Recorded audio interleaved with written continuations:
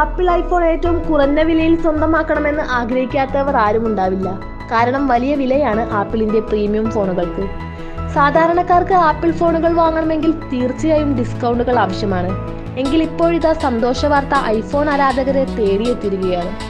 IPhone 14 പ്ലസിന് ഇപ്പോൾ വമ്പൻ വിലക്കുറവാണ് പ്രഖ്യാപിച്ചിരിക്കുന്നത്. 2022 ആപ്പിൾ പുറത്തിറക്കിയ പ്രീമിയം മോഡലാണിത്. ഇപ്പോഴും ആപ്പിൾ ഏറ്റവും അധികം വിൽക്കുന്ന ഐഫോണുകളിൽ ഒന്നാണിത്. ഐഫോൺ 15 ഇറക്കിയതിന് ശേഷം ഇവയുടെ ജനപ്രീതിയും വളരെ ഉയരത്തിലാണ്. ഐഫോൺ 14 സീരീസ് പുറത്തിറക്കിയപ്പോൾ ജനപ്രീതിയിലും മറ്റു മോഡലുകളെ അപേക്ഷിച്ച് ഇവയുടെ വിൽപ്പനയിലും പിന്നോട്ടായിരുന്നു. എന്നാൽ ഐഫോൺ 15 പുറത്തിറക്കിയ ശേഷം വിൽപ്പനയിലടക്കം വൻ കുതിപ്പാണ് ഉണ്ടാക്കിയത്.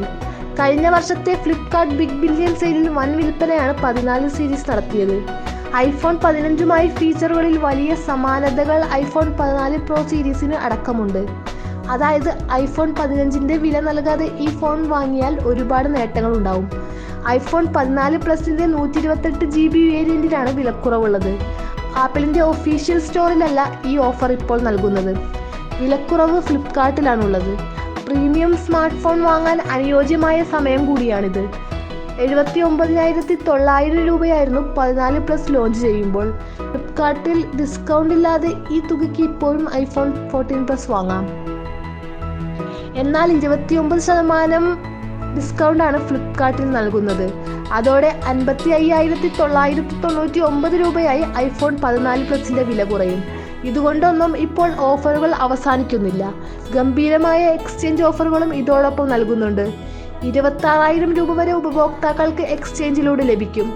നിങ്ങളുടെ കൈവശം ഐഫോൺ 13 ഉണ്ടെന്ന് കരുതുക.